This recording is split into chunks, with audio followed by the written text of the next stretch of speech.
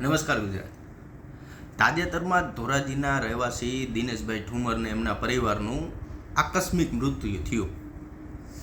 દિનેશભાઈ રહ્યા ને એ ભારતીય જનતા પાર્ટીના સનિષ્ઠ કાર્યકર્તા હતા.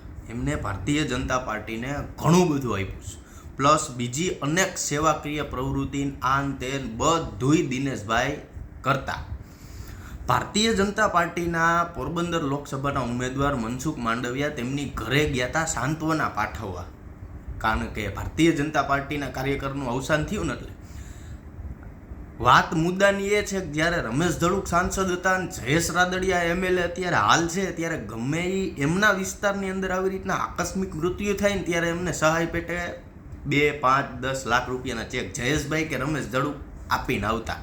પરિવારની હાલત જોઈને દિનેશભાઈની પરિસ્થિતિ અને તેમના પરિવારની પરિસ્થિતિ આર્થિક રીતે ઠીક છે. વાહે એની કોણ વધ્યું તો એ મનસુખ માંડવિયા ચૂંટણીના લીધે મત માગવા હાટુથી એમની ઘરે ગયા, ખાલી પબ્લિકને દેખાડવા હાટુથી એક પ્રકારની સહાય કરી નથી. દિનેશભાઈને નથી જમીન, નથી વાહે કોઈ કરોડોની સંપત્તિ, તો ભારતીય જનતા પાર્ટીને દિનેશભાઈએ એટલું બધું આપ્યું હતું તો પાર્ટી તો ઠીક, પણ ત્યાંના સ્થાનિક નેતાઓ એને એટલું આપત, પણ આયાતી ઉમેદવાર આવ્યા ને આયાતી ઉમેદવાર 1% સહાય નથી કરી. આ રોજડાવે 1% સહાય તો નથી કરી, પણ એની ઘરે જઈને એને એની શું કહેવાય આમાં પારાવિકતા લાંછન લગાડ્યું.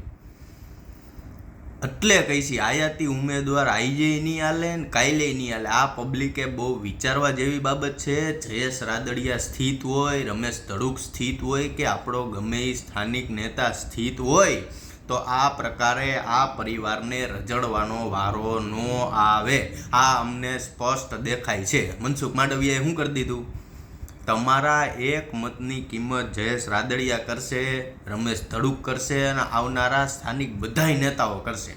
આયાતીને કોઈ લેવા દેવા નથી કોઈ પણ પ્રકારે. નકર એ પરિવારની માથે અત્યારે આભ ફાટ્યું છે. એ પરિવારની વાહે જે છોકરોને જે એક ભાઈ વધ્યા છે એમને વાહે શું કરવાનું? આ જેટલી સેવા કરી ને આ જેટલું આ કર્યું એ બધું તો પાણીમાં જ ને. તમે બધાય તમારા ચૂંટણી હાટુથી, તમારા 1-1.5 મત હાટુથી તમે આવો પ્રચાર કરો છો તો તમારે વિચારવા જેવી બાબત છે. પબ્લિકને હજી કહું છું, તમારે કામ કરાવવા માટે દિલ્હી જવું છે કે ધોરાજીમાં લલિત વસોયા બેઠો હોય ત્યાં જવું છે, આ વિચારીને મતદાન કરજો. મનસુખ માંડવિયા ભારતનું કેન્દ્રીય, ભારતનું જે આરોગ્ય ખાતું સંભાળતો હોય એ માણા અહીંયા તમને હું કરી દેવાનો? અત્યાર સુધીમાં કેટલી સાંસદની ગ્રાન્ટ વાપરી, કેટલી સાંસદની પૂરેપૂરી ક્યાં સાંસદે વાપરી છે? કોઈ પાસે માહિતી? આ વિચારવા જેવી બાબત છે. અને હજી એક આ 2024ની છેલ્લી ચૂંટણી છે. 2029માં ભારતીય જનતા પાર્ટી ચૂંટણી આવવા દેવાની નથી. હાય રે રાજાશાહી લાગુ ન થઈ જાય ને તો યાદ કરજો મને. ભારતીય જનતા પાર્ટીમાં મત દેતા પહેલાં 1000 વાર વિચારજો, પછી મત દેજો. જય સરદાર.